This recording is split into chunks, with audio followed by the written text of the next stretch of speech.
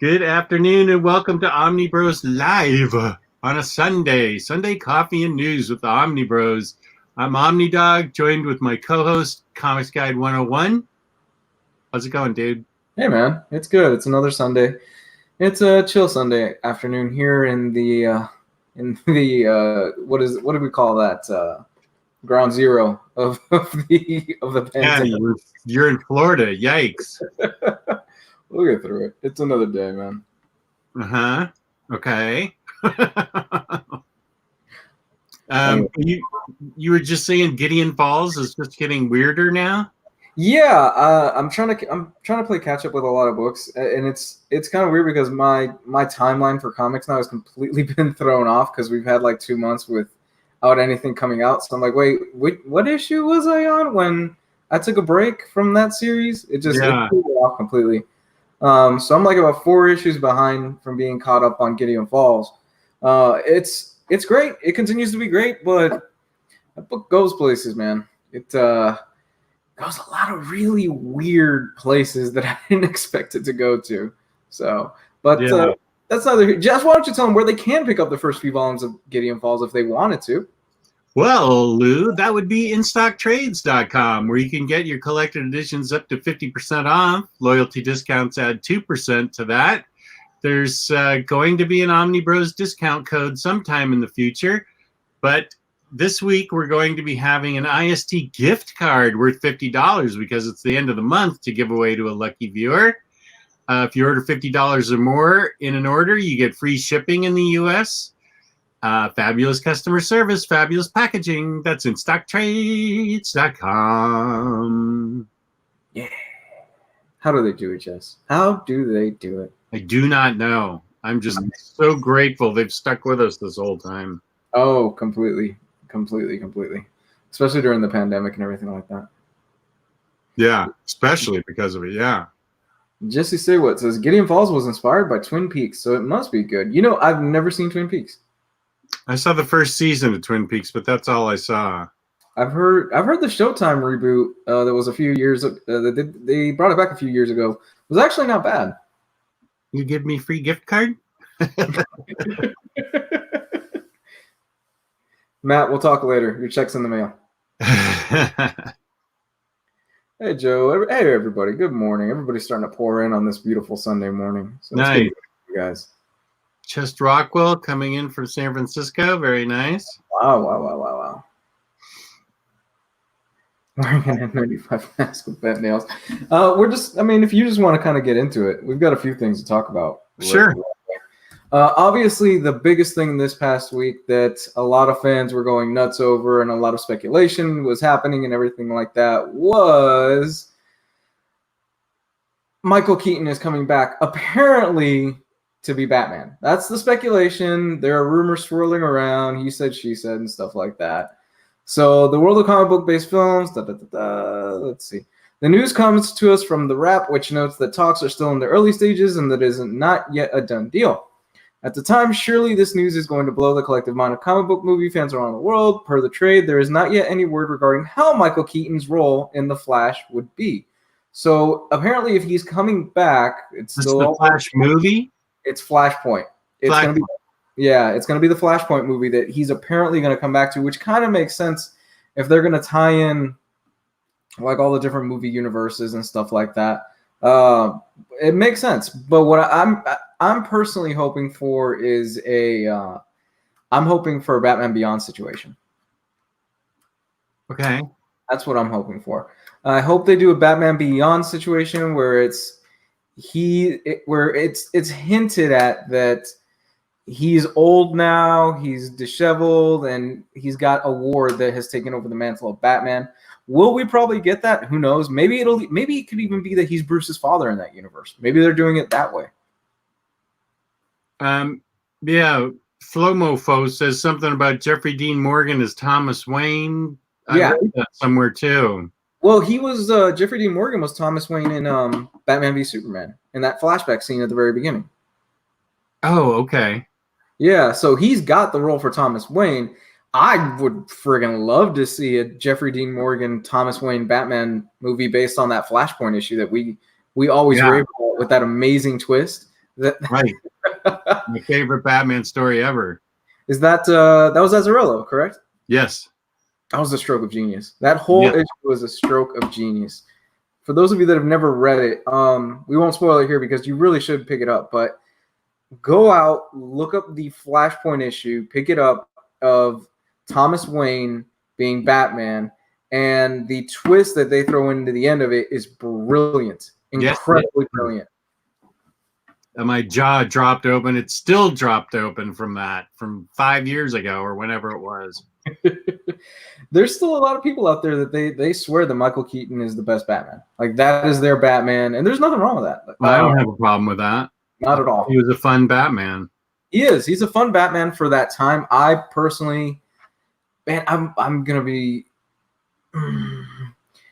For me, it's kind of a toss-up between Bale and Affleck. I think with a better script, Affleck could have been the Batman. Like, I agree. He really, to me, embodied that old, grizzled, like worn down Batman that I think about. That's been doing it for way too long and stuff like that. I think with a better script, man, it would have been perfect. Here's Gabe. How's it going? Yo, what up, fools? Good morning. Oh, you guys are in the afternoon, so never mind. I take that back. We were just talking about Batman. But Bale for me, though, is one of those where he's able to balance. Bale really gave it a sense of vulnerability, and that's mostly due to the writing and Nolan and his brother, how they worked on the script and stuff like that. There was more of a sense of vulnerability to Bale that I don't think we had ever seen on film. But for me, it's so close between Bale and Affleck for my favorite Batman on screen. Yeah. What about you, Gabe? I think Ben Affleck's my favorite Batman. I think he fits the perfect aesthetic of the Frank Miller giant, big, hulking bodybuilder Batman that he incorporated with Dark Knight Returns. But I think Bale was like the best combination of Batman and Bruce Wayne. I think those are two different characters, and sometimes actors are really good at one side of the character and not good at the other. Like George Clooney, I think was a really good Bruce Wayne, but I don't think he was a really good Batman. It's kind of like it's a double. It's two sides of the same coin, and they have to play each one best. But in the first movie with Bale, when he goes to that restaurant in the hotel and he has like the entourage of women with him, and he's just like, I don't care, I'm Bruce Wayne. And the guy's getting him nonsense because the girls are really being kind of loud. And he goes, I just bought this place. And then he jumps into like the fish tank with all the ladies. That to me is like the perfect representation of that playboy Bruce Wayne. That is the distraction from him actually being the Dark Knight at the night, beating people up in alleyways and stuff like that. And you never really got to see that in any of the other films. You didn't really get to see him be like that crazy flamboyant playboy where you go, no way, that guy's Batman. He's too busy banging hot Russian chicks on the boat, that kind of stuff. Right. No, I totally agree with you, man. But you just. But Affleck was great. He didn't get his just due. I think he got screwed out of the chance to make that Batman like this generation's Batman. I think he had the chance to kind of top Christian Bale, but everybody like this generation who's seen any kind of Batman or their Batman is Christian Bale, and I think Ben Affleck had the perfect chance to kind of take that spotlight and make it his, and he got the crap in the stick hard. Maybe the Snyder cut will bring it back around. I don't know, but yeah, I liked him. I liked him as Bruce Wayne too, and he was like kind of hunting around and trying to steal information and I'm just looking for the bathroom, that kind of stuff. So yeah. We were just talking about Michael Keaton coming back apparently to the role for Flashpoint. You just joined us, Gabe. So I personally would love to see one of two things. I would like to see the Thomas Wayne story that me and Jess were talking about, the classic one that Brian Azzarello wrote, or Batman Beyond would be the obvious choices for that. Why can't we get both? Oh, don't toy with my emotions. Dude, we could do what's his face? Jeffrey Dean Morgan. He could totally be, Flashpoint Batman. We could still have Michael Keaton be Old Man Batman from Batman Beyond. Okay. We deserve it. We deserve both. We deserve to have awesome representations of Batman. We haven't really gotten that in a while. Like I said, the Ben Affleck had a chance, but that fell really kind of flat. But yeah, let's get Batman Beyond. Let's have Night. I want to see dark, evil Thomas Wayne Batman. Yeah. I would like to see Red Hood. I'd like to see them do that Red Hood film, the animated one. I still think the animated Red Hood film that they did was perfect, and I think it's my favorite of the animated films that they've done so far. With what's his face? He voiced it. Jensen Ackles from Supernatural. The dude can pull off the Red Hood. He's got a cosplay like just spot on for the modern day Red Hood look, and he looks the part. I'd be down for that. I would love to have a Red Hood movie. I want to see more of the tragic side of Batman. It's always it feels like a lot of Batman movies and the things we get in modern media of Batman, it's always like kind of happy-go-lucky Batman. But I want to see like the tragic history of Batman. I want to see the death of Robin. I want to see, him dealing with that kind of stuff. Like I want to see that kind of stuff more. I just want to see Robin die. I want to see Joker beat Robin with a crowbar on the big screen.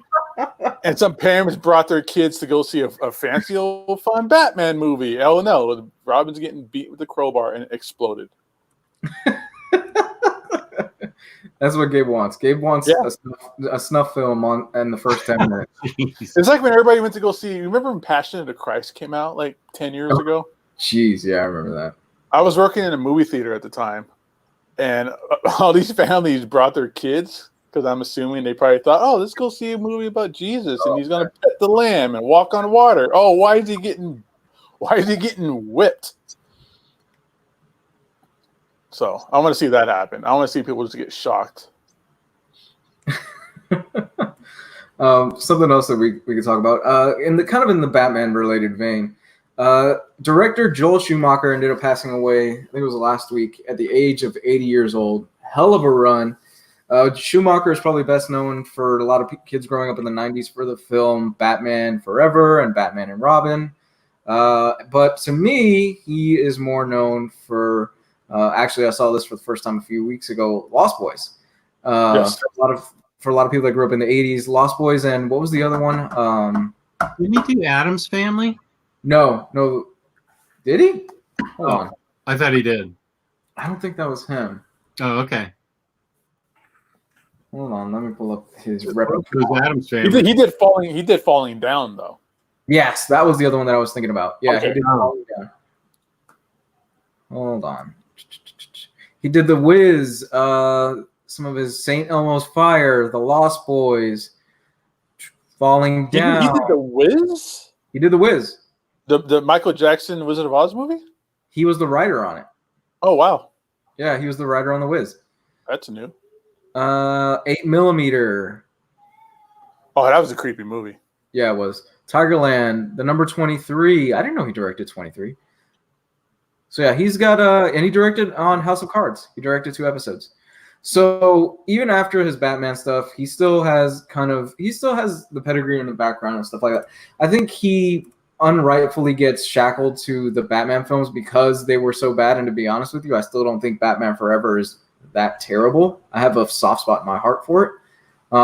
Especially Jim Carrey as the Riddler, I kind of like. It's all about those I don't nipples. hate that movie. What was that, Jess? I don't hate Batman Forever. I don't think it's that bad. It was serviceable. Yeah, it's fun. It's a fun kind of. He tried to merge the Tim Burton stuff with the campy old school Adam West Batman. Yeah. It is what it is. It's a fun film. I'm looking up some of his movie history. He did Now I want to know who did Addams Family. Hey Siri, who directed Addams Family, the movie? Which one? I found 3 movies. The Addams Family. That one. The Addams Family was directed by Oh, Barry Sonnenfeld. Okay, Okay, all right. my fault. Joe Schumacher also did Phone Booth, which was awesome, and Flatliners. Oh, Flatliners was good. I remember liking that. And looking at music videos, we all love, and this also touches back on his Batman film. He did the music video for Seal for Kiss from a Rose. Is that true? He directed that? Yeah. I didn't know that. Wow. Huh. Okay. He was gay. He came out late in his career. But looking back on it now, it's like, dude, how could you have not seen that? Looking at Lost Boys with the guy in like 18 pounds of baby oil. With the Dude, if I was running the show right now, I would have that GIF going up right now. You know what I'm talking about. I put that in our chat all the time. I think it's a requirement. Whenever we mention Lost Boys game, that you put up that GIF of the saxophone. I was listening to Kevin Smith's podcast, and they were talking about the passing of Joe Schumacher. Apparently, he has, he's came out and said, Joe Schumacher, that he's had 20,000 lovers. Jesus. Huh. That's like Wilt Chamberlain numbers. Wow. It is. Meanwhile, Keith Richards is looking at him like, oh, those are rookie numbers. Yeah, well, yeah, Keith Richards is having another baby. Right. I'm pretty sure Keith Richards is alive just because STDs are keeping him alive at this point. Oh, man. How is that guy still? Oh, my. Think about everything he's outlived. Oh, all the bouts with heroin and everything that he's had. Oh, my God. I don't know how Keith Richards has looked his 85 years old since he was 20. Yeah. So now he's finally caught up to how he's supposed to look. There's this new podcast I'm listening to called the 27 Club, and it's all about it's all about musicians who died at the age of 27. Mm-hmm. And you're like, man, how come Keith Richards isn't on that list from that lifestyle with that he was living at the time too? Because he was there with Jimi Hendrix and Jim Morrison. Yeah, probably out coking them and out heroin, all of them. So I got curious just now, and I'm looking at the Batman Forever soundtrack. The soundtrack here is stacked. That's back in the day when soundtracks for movies were the best. Listen to this, dude. Hold Me, Thrill Me, Kiss Me. Yeah, that was a good song. Yeah, by U2. One Time Too Many by PJ Harvey. Where Are You Now by Brandy. Kiss from a Rose, Seal, which if you were in the 90s and you were of age, and that was baby making music back then. Oh yeah. I have to admit a fondness for that song. There's a lot of 90s babies that came around because of that song. Yeah. The Hunter Gets Captured, Massive Attack, Nobody Lives. Hold on. Massive Attack. They're awesome. Yeah. Eddie Reader's on this. Mazzy Star for Tell Me Now. Smash It Up by The Offspring. There's a Light, Nick Cave. The Riddler by Method Man is on there. Michael Hutchence, The Passenger. The Devlins, Crossing the River. The Flaming Lips is on here, Bad Days. And 8 by Sunny Day Real Estate. That is a stacked soundtrack, man. It is. I think the Batman and Robin soundtrack had a lot of good stuff on it too. Isn't it? Too bad the movie. Batman and Robin is terrible. I never saw it. Good. Don't. Yeah, I saw the previews and I was like, there's too many people in this. Well, apparently sorry. Alicia Silverstone is Batgirl's in it. Well, apparently part of the reason they got Schwarzenegger and Batman and Robin was that he was able to ad-lib some of his own scenes. And he was able to do like his own puns and stuff like that he wanted to. Like chill out. Yeah. He got back end money on the toys too. They gave him everything they could possibly shovel at him. Oh, absolutely. What's his face? The one that played Joker in the first Batman film. Jack Nicholson. Jack Nicholson made out like a fucking bandit with that movie. He took a hit on the initial pay, but he made so much money on the toys and the back end stuff and everything else after it. It was crazy. He's set for life just on that film alone. Well, not just that. I think his contract is it's called a pay or play. Mm-hmm. So every time another Joker comes around and he's not cast as it, he still gets paid for it. Oh, really? Yeah, I think that's how that works. That's interesting. Yeah, so he's still making hand over fist from that movie, like a lot of money. For Gabe, the soundtrack listing for Batman Forever is the end is the end is the beginning is the end by the Smashing Pumpkins. Look into My Eyes, Bone Thugs and Harmony, Gotham. That's all that matters.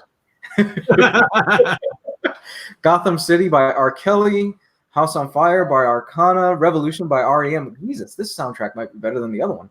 Foolish Games by Jewel. Man, that's a name I haven't heard in a long time. Lazy Eye by Goo Goo Dolls. Breed by Lauren Christie. The Bug by Soul Coughing. Fun for Me by Moloko. Poison Ivy by Michelle Nedji. I'm not even going to try to pronounce that. True to Myself by Eric Bennett. A Batman Overture by Elliot Goldenhall. Moaner by Underworld. Yeah, this is a pretty stacked list here. Yeah, back in those like mid '90s movies had like just not just the Batman stuff, but just movies in general at that time. The soundtracks were amazing. You wanted to buy the soundtrack. Like, you can look at the soundtrack for The Crow and you'll lose your mind. That's that's an amazing soundtrack too. Yeah, we've talked about the soundtrack to Lost Boys. We talked about the Crow soundtrack. The Crow soundtrack is one of the best, dude. Oh yeah. Let's see. Stone Temple Pilots, Nirvana. Yeah. Let's see the Lost Boys soundtrack. Real quick, since we're on this subject. The David Freeze, load it well, for it is the critic sound of your doom. We've got Good Times by Jimmy Barnes and InXS. Lost in the Shadow by Lou Graham. Don't Let the Sun Go Down on Me by Roger Daltrey. Wow. Laying Down the Law by Jimmy Barnes. People Are Strange by Echo and the Bunnymen. Cry Little Sister, which is the one that everybody remembers from that movie. What movie are you talking about? This is Lost Boys, Jess. Oh, yeah. Yeah, everybody remembers Cry Little Sister on that one. Power Play by Eddie and the Tide. I Still Believe. That's the... There we go, Gabe. That's the sexy saxophone song. There you go. Beauty Has Her Way, and To the Shock of Miss Louise. You know that sax guy is still getting work? He's still playing bars and stuff like that, and that's his big number. I wonder if they have to pay him in baby oil. Who knows? People are saying, should they rewatch Batman and Robin? No. Sure. No. I say no. Just to get a fresh pair of eyes on it. If you haven't watched it, I haven't watched it in a while. I'm not gonna watch it again. Just to be like, yeah, it's still garbage. I wasn't just a kid. It's still garbage. Or oh no, this is actually serviceable. I get it. All right. Val Kilmer as Batman. George Clooney as Batman. I see what they were trying to do. Yeah. I think George Clooney was the better Batman because Val. When was this? This was 94. This was Val Kilmer, drama queen Val Kilmer, when he was really hard to work with. Yeah. He was a really difficult person. This was pre The Saints, pre Heat, and all that stuff. So, have you seen Val Kilmer lately? Unfortunately, he's didn't he lose his jaw or had mouth cancer or something sad like that? He's in rough shape, man. He's really sick. Yeah, I think he's in remission for his cancer, but he can barely talk at this point because of it. So he's in bad shape, dude. Yeah, he's in really bad shape. I feel bad for the guy. I do too. I'll go back and watch The Doors and appreciate it. Yeah. I've never seen it. Dude, with your sound system in your house? Oh, bro. I've never seen The Doors. Bro, just go back to the 60s and just you know what you got to do and watch that movie. In other news, we're going to just go to comic news for a bit. Milestone Comics is apparently coming back. Milestone Comics co-founder Dennis Cowan has opened up about the return of the imprint through DC, a plan that was first announced at the 2015 Comic-Con International San Diego, and which was delayed by a subsequent lawsuit that Conway says has now been resolved in all parties' satisfaction. There's been no news as to when they are coming back or what titles or anything like that, but apparently they are coming back. I think if I were to have to put money, what the obvious title that would probably spearhead it would be, it's probably going to be Static Shock, because Static Shock is such a beloved character for a lot of people that grew up in my time. Static Shock. What was the other one? Hardcore. or Icon. I don't know anything about Milestone Comics, man. I'll be honest with you. Yeah, I don't either. Static Shock was a good cartoon for a while. It was a really good cartoon. If you're gonna get anybody to do Static Shock, I think right now one of the obvious choices would probably be David Walker. I think he would crush it if they gave him a Static Shock ongoing. I remember they tried a Static Shock ongoing. Was it like the first wave or second wave of the New 52? I don't remember. Yeah. I don't remember much of the first wave of the New 52 comics. I don't think most people do. Yeah, but that's the kind of character that could really just bring in a lot of the young readers. It could be like their Miles Morales for DC. It's sad that he's been like on the back burner for so long. It's a good character. Well, it's a good character, and it's a character that I think if they, like you said, if they did it right, it could bring a lot of fans back to comics, especially people that grew up watching the cartoon as a kid, like I did. I loved the cartoon. I thought it was really cool. But he's kind of been relegated to obscurity over the last few years because nobody wants to do anything with him. That's silly. We don't need 16 Batman titles and not have like Static Shock. Yeah, I agree. But I'm sure that DC's cooking up another Batman book as we speak right now in some way. Yeah. Well, I'm hearing somewhere, I forgot where I read it, that it's a rumor, of course, but that DC and Marvel are going to kind of shrink their line pretty soon. I hope so. Where it's not going to be like 4 Batman books and 3 Superman books and 6 X-Men or 32 X-Men books. I hope so. That seems to happen all the time. They blow up and then they cut back. Oh yeah. They strip mine in as much as they can, and then they shrink it back down to something imaginable. Yeah. Do we really need 8 Batman books? Do we? I mean, yeah. What do we have right now? We've got Batman, Detective Comics. Sean Murphy's doing his own Batman stuff. We've got DC Death Metal, which has Batman in it in some way, shape, or form. Outsiders, Justice League. It's the thing, man. And it's the thing I think a lot of people are getting tired of. I don't even know where to start right now, Batman-wise, with DC Comics. So if somebody were to come up to me, how do I start with Batman? I'd be like, go back to the New 52. Yeah, start there. And then once it starts getting convoluted, when you start getting into DC Metal and all that other stuff, and then All-Star Batman, whatever Scott Snyder was doing there, and you might want to drop off at that point. I don't know. And then you can jump on to Tom King's run, which hot and cold with. I know, Jess, you really love Tom King's run. I do, yeah. Gabe, you were a fan of the run as well. Yes, sir. So that's a good place for a lot of people, I guess. Jess, you love Harley Quinn, right? Oh, yes. Did you finish up the series? I just watched the last episode. And thoughts before we move on to the next story?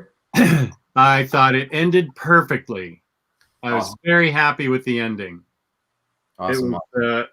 It was well, I don't want to spoil it for anybody that hasn't seen it because it is such a good show. I love it so much. It was just a perfect ending for me. It was just super funny. Lake Bell continues to kill it as Poison Ivy. And Harley Quinn, Kaylee Cuoco is great, and the writing is great. And I'm sad that it's over, but I'm hoping we can get a renewal and get a couple more seasons. Oh, I think we'll get another season. I think so. That was great having 2 seasons back to back. They spoiled us. They really spoiled us. They did. You're right. That was so fun. Because we had, what was it, like a month or 2 months, and then we had a second season just right off the back. I was like, oh man, this is awesome. It was great. So I personally, they have to bring it back. That's the one thing that people are like, yeah, you have to watch Harley Quinn on the DC show. Yeah. So, I'm looking forward to that. No, Jesse, say what? I don't think, Jess, you haven't seen Doom Patrol yet, right? I haven't. Dude, Jess. There's so much reading I have to do. I barely have time for television. You would love Doom Patrol. It's so weird. I know. It's right up your alley, man. I've been meaning to watch it wanna too. I've been meaning to check it out myself, but again, like with Jess, I got some other things going on. Yeah, I really want to see that, and I really want to see Swamp Thing. There's like 10 TV shows I want to see. Right. So Harley Quinn is getting another series. Comic book series? Comic book series, Jess. Who is writing it? You are going to like this. DC plans a return to the universe of Sean Murphy's Batman White Knight and a new Harley Quinn spin-off series launching this October. Murphy will co-write this series with his wife, Katana Collins. That is a badass name. With artist Matteo Scalera and colorist Dave Stewart. I'm in, just with that alone. That pedigree alone, I'm in. How many books does Harley Quinn have now? 15? Sorry, Jess. She's got another one coming after this, right? Also, they announced another one the other day. You got that one. She just had her one title. No, there's also that Birds of Prey Black Label book. Oh yeah. The other Black Label books of her, Criminal Insanity, I think it's called. And then there's this one. This is the Red, White, and Red. All right. So she's got like 3 or 4 out. Well, so good for people like this who just can't get enough Harley Quinn in their life.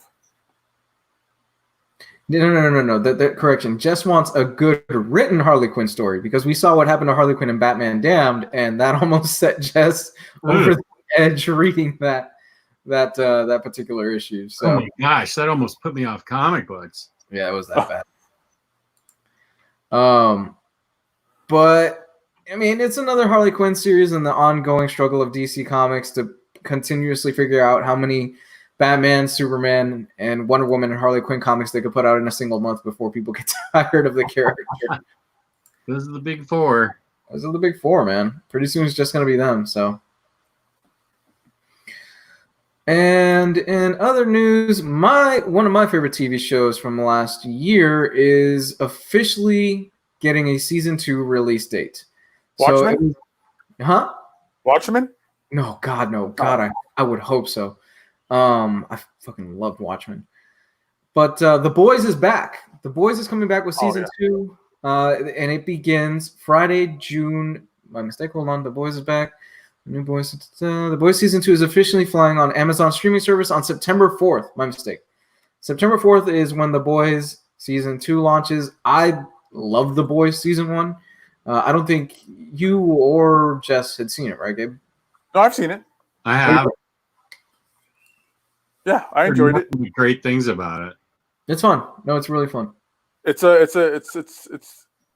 people think that the series, the Amazon show is outrageous, but it's very watered down compared to the comic book.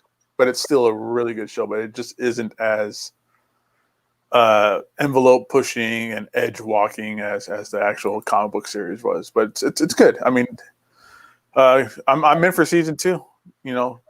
I'm very happy for Garth Ennis, very happy for Derek Robertson to see that thing come to life, and it just have a whole new fan base behind it. It's awesome. Yeah, I need to see that. That's another one of those TV shows I have to see. And the last thing that I've got before we kind of just move on into whatever we got going on. If people want to ask questions in the chat, please leave them down there before we finish this up. AT&T is offering its Warner Brothers Interactive Entertainment division up for sale, according to CNBC reports. So that means all the video game stuff, they're selling it. That's Mortal Kombat, that's the Batman games, that's all that stuff that they have under a license. There are rumors that they are pretty much just purging all that stuff from their library, and they are getting rid of them. So maybe it's a thing where AT&T is looking at all the stuff that they got, and they're saying, yeah, we kind of don't need this, so we're just going to cut our losses, and we're going to sell it, which I'm more concerned about what that means for the comics soon, because we've heard speculation for years at this point about what's going to happen with the comics. Could it be that eventually maybe DC is like, look, we'll keep the film rights to these characters. We're just gonna cut our losses and get rid of the comic rights and give it to somebody else.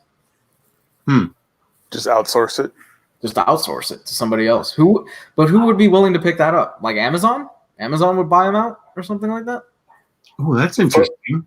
For what, the video games or the comics? The comics. I'm more talking about the comics right now. Well, they tried this before in like the early 80s where Marvel was going to start writing Batman, Superman, Wonder Woman. Jim Shooter told me all about it. He's mentioned it before. They had a whole plan for it to come out, and then some bean counter or somebody just nixed the idea, or else they were gonna be printing Batman and Superman comics. So they've done it before. So I don't know. I wouldn't mind seeing Marvel do it, but that's going to be that probably won't happen. Too much competition and whatnot these days. It's probably easier when they weren't both owned by huge conglomerate corporations. Maybe Amazon.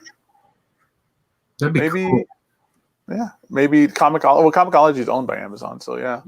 Yeah. That's why I said it would make sense if Amazon went. Yeah, we'll take the DC Comics license off your hand for comic books, or they'll just outsource them or whatever it is because they own Comixology, so it just makes sense for them. Yeah, make them straight digital. It's possible. You can see that. That's going to happen sooner or later, I think. Yeah, we've talked about this at nauseum. How the future of comics, I think, is digital. Yeah. The AT&T right now is just in a place where it doesn't seem to know what the hell they're doing with all their properties. They're just all over the place, especially the comic book stuff. And it doesn't help that everything is getting pushed back film-wise until next year. I firmly believe we are not getting any new. Everything is going to get pushed back till next year, film-wise. There is not going to be a new movie in theaters until at least mid next year during the summer. I don't think you're wrong. Yeah, because I can't see. We're already July? We're heading to July, and they're saying, "Oh, August we're releasing films in theaters." I'm like, nobody. No, we're not. Isn't Tenet coming out like the 16th? They pushed it back 2 weeks. Okay. Because they're trying to see what's going to happen. Just push it back to next year like everything else. Just release it digitally like they did with Trolls. Dude, there's no way. There's no way. It's a Nolan film. They've invested so much money into it. There's just no way. Well, we have a super chat, but we're not doing that prime time. We'll address the super chat, but there's no way on God's green earth that we would have him on the show. Sorry. Thank you for the $2, but no, we appreciate your super chat, but we're not into that. Appreciate it. Thank you. So yeah, it's a thing where I'm not going to a movie theater anytime soon, and I love films. No. But drive-ins are awesome. Drive-ins are killing it right now, dude. Oh yeah, killing it. Yeah, they just announced Jurassic Park is the #1 film across the country again for the first time in like 20 years. I heard somewhere, excuse me, that drive-ins are they are strong-arming like the movie industry right now, where they're like, yeah, we'll do 60-40. We get 60 and you guys get 40. Like that's their cut right now. That's their cut right now. They want 60-40. They want 60% of the take. Thank you, Led Brazil. Thank you, sir. Thank you, Omnibros, for the regular shows. Helps me keep my sanity. Cheers. Thank you, dude. That's awesome. Thank you, sir. We appreciate it, man. We appreciate it. Yeah, I'm glad that we're here to help with any kind of with your sanity, because it's still a crazy time, and it's we were told it was okay for a little bit, and that was kind of a trip.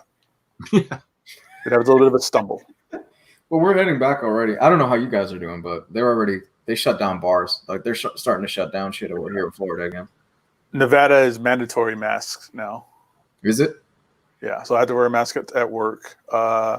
It's not mandatory at the gym, but I still wore one at the gym today. I was like, you know what? I'm not taking those chances right now, man. Not taking those chances. And I was fine with it. You know, I have not a heavy duty mask, but I got like a fabric mask I wear if I go to like the store or something real quick. But for like work or the gym, I got one of those just regular like doctor medical masks that's a little bit lighter, so it's easier to kind of do a workout or work all day in. Yeah. So, wait, so Gabe, have you noticed, is your gym slammed with a lot of people when you go there? It's fairly busy. I mean, it's not packed or anything like that. It's not super out of control, but it's a necessity for a lot of people, and I understand that. Not only is it for your health, and we need to really do more about building up our immune systems as opposed to just staying home and sheltering. You need to worry more about how you eat, your vitamins, working out, things like that. Yeah. It's also, I mean, if you want to talk about sanity and mental illness help or any kind of like mental help, man, that's incredibly important for myself. Yeah. Those 2 months where I wasn't going to the gym really messed me up for a while. I'm in the same boat as you. I go running in the afternoons. I have to, but I have to get out and get some sun. Yeah. Or something like that. Just because I have to lift weights. I tried those resistance bands and that wasn't doing it for me. I have to exert and push and struggle and hurt to kind of, I don't know, beat the demons out of me for the day or whatever, however you want to put it. But there's nothing wrong with that, man. Yeah. If you it's just there's so many questions now. All the businesses are still open in Vegas, but we're wearing face masks, so it kind of makes you wonder. Oh, did we really have to shut everything down? Could we have just kept going and just wear a face mask, or are we going to take a step back and go into? We're in phase 2 now, and I don't want us to go back in phase 1 and all the stores start closing down again at restaurants. People go unemployed again. So we'll see what happens, man. Okay, let's see what happens. Yeah, Robert Rodriguez, you need sun, vitamin D, vitamin C. Everybody, go spend $20 to get some vitamins. Yeah, take care of yourselves that way for sure. That's the big thing right now. I mean, this is the Sunday show. We kind of go off on different tangents and stuff. So, get out there. I know it's tough out there for a lot of you guys. We all love you. You're on the show. You guys make the show what it is. What it is. So take care of yourself, like Gabe is saying. Get out and get some sun. That's probably one of the best things you could do. Staying inside all day. Obviously do the responsible thing. Keep your distance and be safe and all that stuff. But yeah, get out there, because being inside all day really will do a number on you mentally. Yeah. You need to go out. You need, even if it's just for the walk or around the block, or if your gym's open, join the gym, do something. Definitely, you need to be more proactive about it. It's your immune system you need to build up. Take your vitamins, work out. I hear like sauna and heat proteins like that's also very helpful. So. Oh, I love the sauna. Man. But that's as far as all I've got for news. I don't know if we've still got a few minutes left. I don't know if you want to do a shelfie or if you want to take questions from the chat or anything like that. Actually, let's do questions. Omar Reyes asked me a couple times about Cy Spurrier books. Cry Havoc is great, and so is Weavers. Those are 2 good Cy Spurrier books who Taylor Brown and I interviewed, and will be going live around 3:00 today. So thank you, Joe Goose, for the compliment on our interviews. I appreciate that. That's right. You and Taylor, man, you guys have been crushing it with interviews. It's all Taylor. He goes out, and I found like a couple, but he goes out and finds. He's not afraid to ask anybody. I do the bloodhound for that stuff, man. Yeah, lots of people say no, but lots of people say yes, and Taylor's not afraid to have people say no to him. I am, so. If you guys haven't seen it, Jess on his channel, Omnidog's Vault, he's gotten interviews with Greg Rucka. With who else have you had on the show lately? Let's see. Colin Bunn, Mark. Those are the connections we need to get here. We need to start bringing these people here. Also, a good Cy Spurrier book is Godshaper. That's a good book too, and he's doing a good job on the dreaming.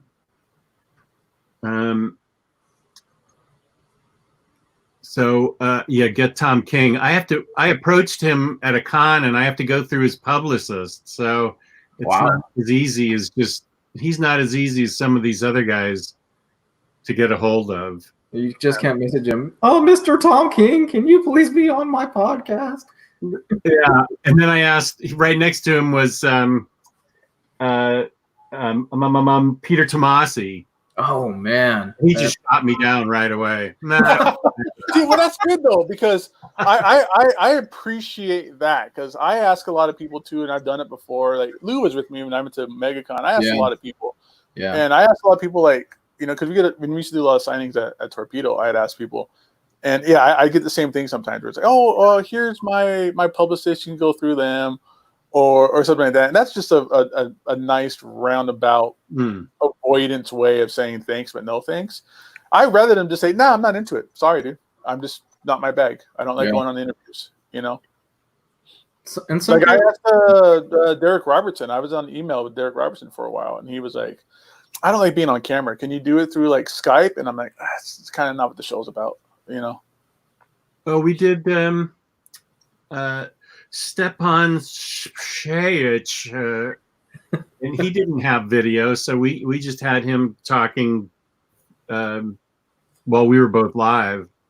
We're on Omnidog? Yeah.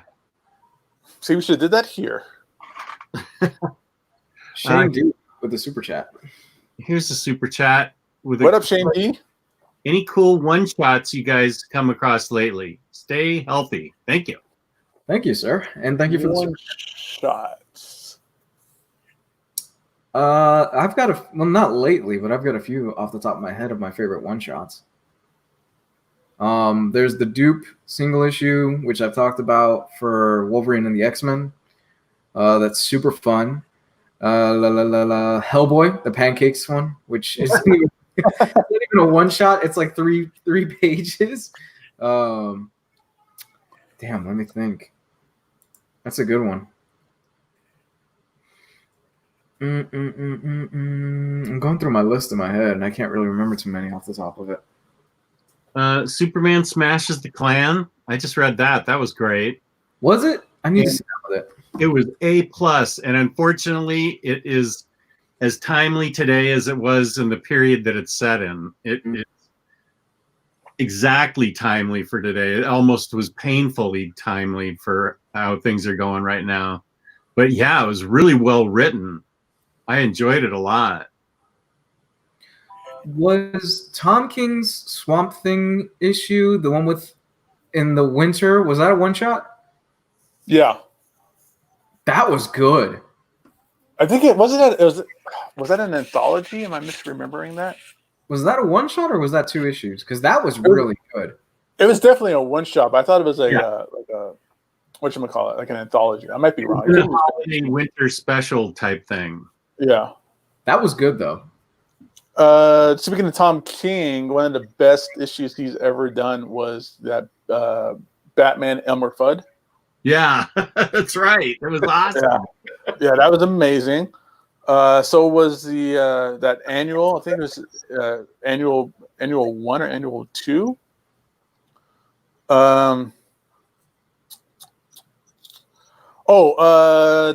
Marvel Knights Double Shot. It's a single issue comics back in the day when Joe Quesada was still running, not running Marvel Comics, but he was still a part of the Marvel Knights line. And it's a Punisher story, but it takes place from the viewpoint is from inside of somebody's mouth. Ooh. Because there's a guy at a dentist, so it's all through, like, you're looking through his mouth and you see like the back of his teeth and his tongue, and the Punisher comes in. And the guy in the chair is a bad guy, and Punisher needs some information from him. So through the whole book, he's just pulling his teeth out one by one, interrogating them, and you see it from the inside out. It's amazing. It's amazing. It's called Double Shot. Marvel Knights Double Shot. Wow. I don't get squeamish easy, but the teeth is a thing where I get really squeamish. It's great. It's amazing. I'm good. I'm telling you guys, you got to go find it. Like, look it up online or whatever. But it's great. Yeah. Let's see. Similar to the one-shot question, what are some self-contained graphic novels you all recommend? Oh man, we could go on. That's a good one. That is a good one. We can all go on for that. Underwater Welder, off the top of my head, that'll be the first one. Oof. That's good. Essex County. Essex County, also awesome. By Jeff Lemire as well. Kill or Be Killed. Yeah, I was just looking at that. We keep talking about it. I'm not going to stop talking about it. Everybody's bought it. Oh, yeah. Thor Mighty Avenger complete collection. Yeah. Great choice. That's a good one. The Matrix. The Matrix graphic novel, hardcover. It's an anthology. It's awesome. Is it? I haven't read this one yet, obviously, but I used to have the trades. I think I still have the trades down here. Yeah, I have the trades. Back when the trades used to be impossible to find at one point. I remember that. Yeah, I remember scouring through Barnes and Nobles in the mid 2000s. Like, where the hell are they? Yeah, you get a bunch of different art. So it's anthology. So it's all kinds of cool, different stuff. Jeff Darrow's in here. Bill Sienkiewicz, Dave Gibbons, Ted McKeever, Neil Gaiman, David Lapham, Paul Chadwick. So there's a lot of heavy hitters in these things. Yeah. Godzilla Half Century War. James Stokoe. Yep. That's amazing. Good call. Valiant Britannia. This is awesome. Good choice, Jess. Yeah, I love this book. Oh, here's a good book. Sentient by Jeff Lemire from TKO. 100%. That was I think that was universally our number one pick from the second wave. I think so. That's a big Eisner hit too. Yes, it is. Blankets. If you want to. Yes. Blankets. If you're in the feel good. If you want to really feel good about stuff. Habibi is another one. Yeah, all the Jeff Craig, all the Craig Thompson stuff is amazing. Great. Yeah, it's incredible. Clark Nader, you shut your whore mouth. We will not utter those words on this goddamn stream, or we end it right away. God, it's been a long time since I've talked about my arch nemesis, so let's move on. That's funny.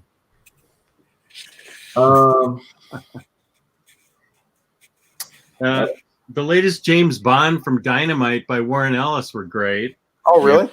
Yeah. Oh, God, those were good. Yeah, Sarah also is great from TKO. Garth Ennis. Would you say Sarah was the best of the Phase 1 books?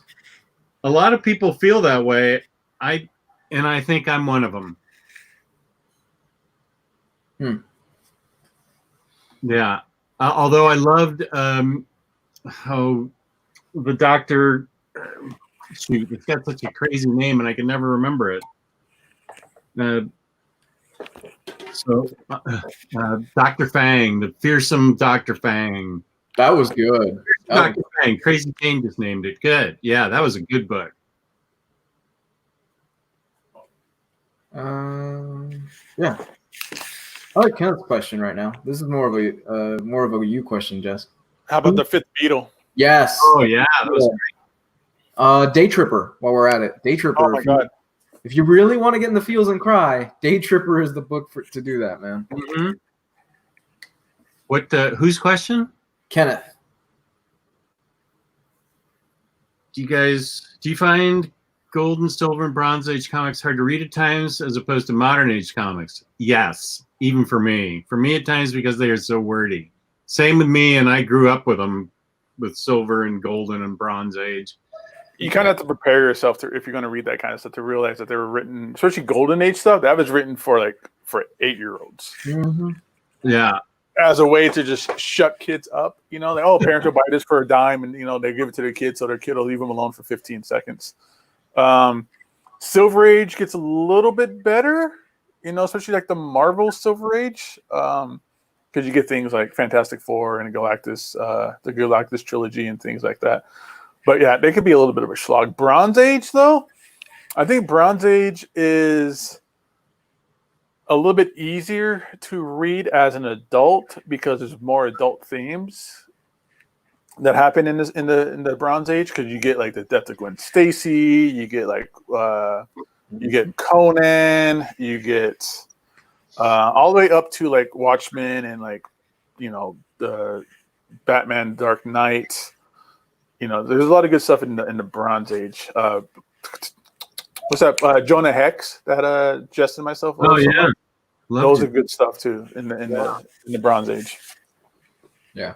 But then, you know, you start getting into the Jim Shooter era, which is the Silver Age, and Shooter demanded that everybody's first book, everybody's comic is somebody's first comic. So you have to, the first 2 pages need to basically be a recap of what it was that happened before. Everybody has to say somebody's name and what their power is. No, I didn't know that was his policy. That was his policy. That was the Shooter era. Oh. Yeah, he was very stingent. He's like, every single comic is somebody's first comic. So you need to do, the first few pages need to be referencing something that happened before to get somebody caught up to speed, basically. Oh, okay. I kind of wish they did today, but, you know, not really there. I need to get that Jonah Hex hardcover. I know Jess has it. Yeah, I need to read it. Yeah. For me, Golden Age is really tough, just because of the context of the age and stuff like that. And I try to put myself back into that time period. Those early Fantastic Four issues with Kirby are incredible, but good Lord, they are wordy. It'll take you a long time to get through those books. Yeah. But they're classics and they're great. Yeah, Silver Age DC, be careful with, because like the Batman stuff was still stuck in the 50s.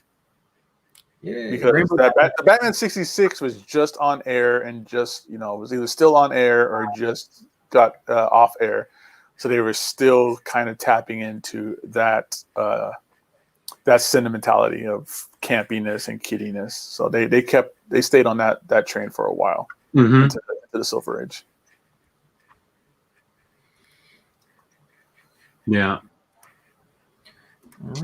Spider-Man Life Story, Batman Universe. Those are 2 good one-shots. Yeah. Batman Universe was really good. So was Spider-Man Life Story. Was one of the best books of last year.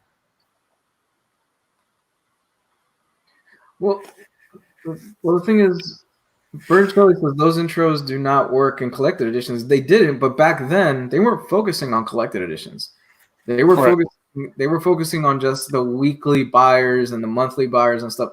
Collected editions, they really didn't take off until what would you guys say, the 80s, late 80s? Yeah, like Dark Knight and Watchmen were probably one of the first like real like collected editions. We all just froze for a sec. Did we? Yeah. We're good now? Yeah. But the thing with it back then, and one of the things that you need to keep in mind with how we do collected editions today versus back then, is distribution of comics back then, like especially on the spinner racks, was horrible. Horrible. You know, the store would, you know, your little drugstore, corner market, candy shop, whatever, but the spinner rack would get, you know, let's say Spider-Man number 54. And then you wouldn't get 55 or 56. And then you would get 58. And then you would get 59, 60, and then you won't see it again. But if you go to another store on the other side of town, they would have those issues. You know, it was, I mean, that might have been more of the fun and the hunting of it back then. No. But that's why they were written. No, it wasn't that fun. No. But that's why they were written that way, because they didn't do too many 3-issue story arcs, because you weren't guaranteed to get part 2 or part 3. Yeah. Right. You're right. Exactly. But you grew up in the time, Jess, where it was, you had to hunt for issues. Like if you wanted that Batman issue and they didn't have it in one store, you had to hunt across town for another store, and hopefully they had it, right? Yeah, and you had to know where the spinner racks were. In my town, there were 2 drugstores that had spinner racks. So, and it took me a while to figure out that I wasn't getting everything DC. At the time, I was collecting DC, but I eventually started collecting Marvel too. But it occurred to me finally, maybe as a 12-year-old, that I wasn't getting everything that DC was putting out. Yeah. I was like, oh, that explains why I don't have Superman 202 and 203 because they never came out in the spinner rack.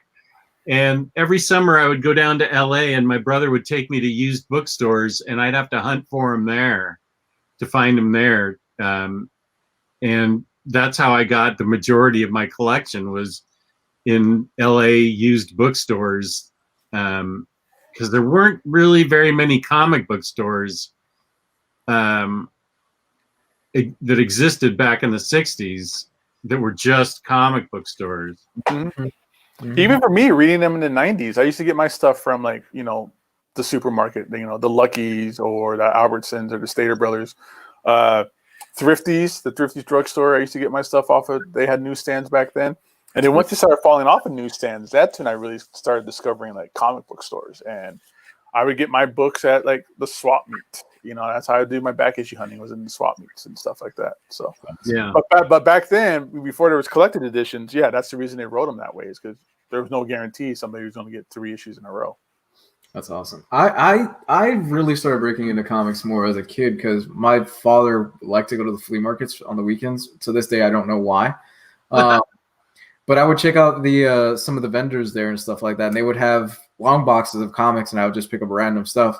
And also I was kind of hunting anime tapes at the time as a kid, because you kids today, and I'm going to sound like an old man, you guys have an overabundance of availability in terms of comics and in terms of manga and in terms of anime. Because back media in general, bro, like Netflix and all that stuff. Come on. Yeah.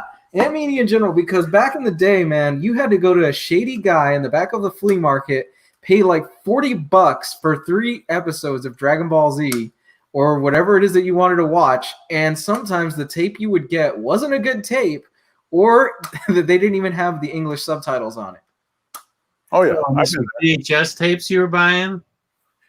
Yeah, you had to get bootleg anime back then. I've been there. Man, and that's where my love first started out, is hunting through back issues and stuff like that, through long boxes. And then eventually, as I got older, one of my best friends, his dad owned a video game store, and the video game store was actually happened to be right next door to a comic shop. So we would hang out there, and then we would go next door to the comic shop. That's cool. Yeah, it was really cool. Yeah, I'd get books from yard sales, swap meets. I didn't go to my first comic book convention until I was probably 15, 20. And if you want to get some of these comics in collected edition form, you should go to InStockTrades.com, where you can get your collected editions up to 50% off. Loyalty discounts add 2% to that. Sometime soon, we'll see the return of the OmniBros discount code, but this week we will be seeing the $50 gift card from IST, since it's the end of the month, that we can give away to a lucky viewer. Ooh. And if you order $50 or more worth of books in the United States, you get free shipping. Fabulous customer service, fabulous packaging. That's InStockTrades.com. Yeah. Free shipping. I still don't know how they do it. Back in my day, I had to pay full cover price. That's right. And pay for shipping. And then you had to wait, 2-3 weeks for whatever it is that you ordered to actually get to your house? Yeah. You were lucky. Yeah. You were lucky, yeah. Man, times. And they didn't care about packaging back then either. No. Well, Amazon still doesn't. Tell me about it. Or even TV shows, man. You can watch whatever you want anytime you want these days, and that's great. But I remember where it's like, oh man, I missed today's episode of Batman, the animated series. Now I gotta wait till summer for the rerun. Oh god, I hated that. Oh my god. Now I missed the rerun. I guess I'll just never see that episode. And there's episodes, because I have the DVDs, and I'm like, oh, I don't think I've ever saw this episode. Dude, I remember, I'm kind of getting nostalgic right now. I remember as a kid, Pokemon was a huge thing as a kid. You guys are a little bit older than me, so you won't relate to this, but Pokemon was a huge thing as a kid, and I remember the episode where I had communion that morning. I had first communion practice that morning because I grew up Catholic, and I didn't give a fuck what the priest was saying in first communion that morning because I had the VHS tape recording the Pokemon episode of Ash versus Blaine, that Charizard fight. And all the kids in the first communion class they're just sitting there like, when the fuck is this guy gonna wrap this shit up so we can go home and we can all watch Pokemon? And how old were you? I had my VHS tapes where I would record the X-Men cartoon. And back in the day, you used to be able to do these things called sleepovers, where you can go over to somebody else's house and spend the night with them and their parents. So I would always bring my VHS with me so that I could be like, okay, when we get up, make sure I have to record X-Men. I have to record X-Men on this VHS tape. Like I would take it with me. Man. Let's have a sleepover at Justice's house. That's fine. Everybody in the chat's invited. Roberto Rodriguez feels my pain. Yeah, they would do it Saturday mornings. First communion was Saturday. You'd have to get up at 8 a.m., show up to the church, and be there around 8:30 for first communion. How old were you? You'd be all dressed up and bullshit. Oh, it sucked. I was probably, Jesus, was Pokemon, so I was probably 10, 9, 8 maybe. In that ballpark, probably 9, 8 years old. There you go. That's what I'm talking about. Root beer and pillow fights at Justice's house. Clark Nato, the answer is yes. Do kids even do sleepovers anymore? Is that I don't even know anymore. Like, I don't know, man, because I think that might have gone the way of hitchhiking and going outside. I don't know. I was going to say my daughter did, but my daughter's almost 30 now, so who knows? That was 20 years ago. Sleepovers were the best, dude. That was the coolest thing ever. Oh, hell yeah. I used to bring my PlayStation memory card over to my friend's house and bring a few discs, and we would play all night. Oh, yeah. Oh, my God. I remember staying up to just all hours of the night playing like Nintendo with my friend. Yeah, dude. X-Lord Locust says that there's still a thing. Wait, where'd that go? Oh. Yeah, chat pretty quick. Oh, but Taylor Brown says, as a guy who works with teenagers, sleepovers are a thing of the past. Yeah, that's what I'm trying to think. I think everyone just thinks everyone wants to fuck their kids or something. Parents are too nervous about it now. That's interesting. We live in a different time now. Yeah, because when I did it, like my parents would vaguely know the other parents. You know, they really didn't know each other that well. But it was like, hey, Gabe's gonna be over here for tonight. Like, okay, that's fine. Or I used to just roam the town with my friends all day, all night. I didn't have to like check in, and there was no cell phones or text messaging. You used to just go out on your bike and just play around in the track and hear and go to that one homeless guy that would tell you all the crazy stories about Vietnam. Not today. Yeah, it was with you until that point. My childhood didn't include that. I'm proud to say that I was probably the last generation that grew up without cell phones, where it was the street light comes on, your ass better be at home. Yeah. It was bad. The street lights come home, you know, you come home dirty, you come home with some other kid's bike, you know, wouldn't it be your bike? You don't know how you got that person's bike, but somehow you ended up getting it. Yeah, man. Yeah, I remember that. Good times, dude. You come up all messed up, bruised, you got a black eye and stuff like that, but you had fun. You leave with one toy and you come back with a bunch of different toys because you traded it with your friend. Oh my god! Or you lost it over it, you know, because I grew up in Southern California and we had like the LA River, so we used to go to the LA River and just fuck around. You lose your toys, or you know, you go fuck that toy. I found this crack pipe. Now we just walk the tracks. You're just getting in trouble, you know.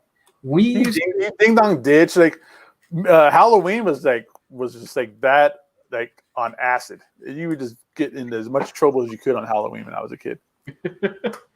We used to, because I lived in a major tourist area, because we're here in Orlando and Kissimmee. We used to trick tourists into getting us ice cream. Oh yeah. Wow.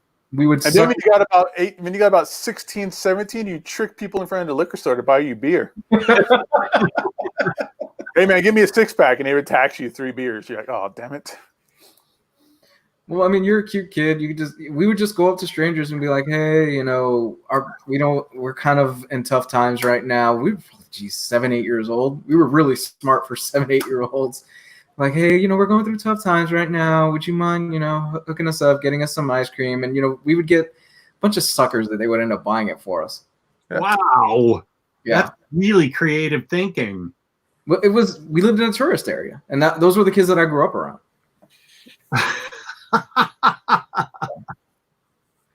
Wow. Roberto Rodriguez, back in the day, kids would disappear for hours, like they had a job or something. Kind of scary for a parent if you think about it. Back then, they didn't care. Parents, my parents were like, just get out of here and don't come back until it's dark. Oh, yeah, especially during the summers. You're not sitting your ass in here all day during the summer. Good times, man. Good times. Yeah, just to say what, you go inside. Yeah, you go inside of the candy store and you walk out with a bag full of like jawbreakers, and your bike could be gone.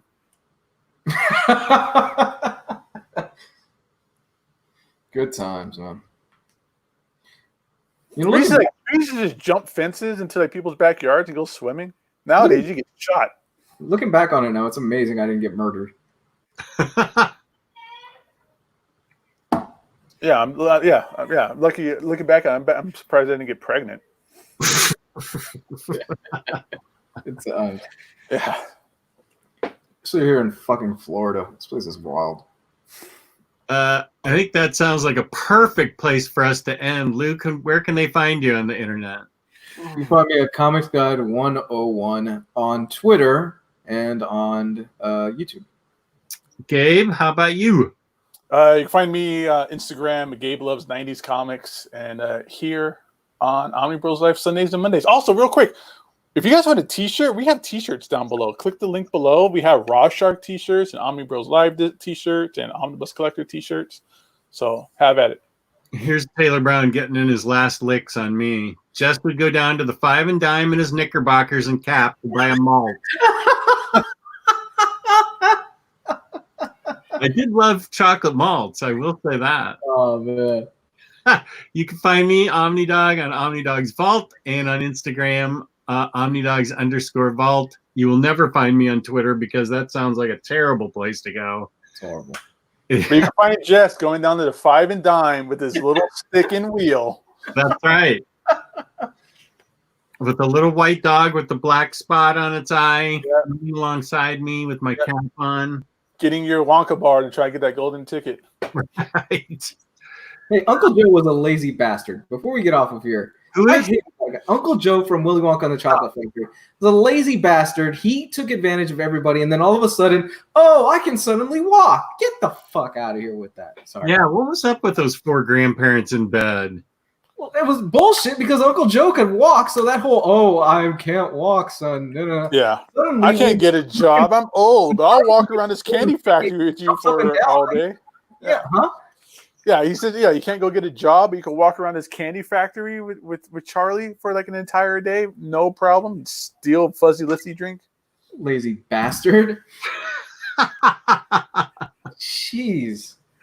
Okay. Thank you to the thank you to the chat. Thank you to my co-hosts, and thank you to the viewers who are watching this afterwards.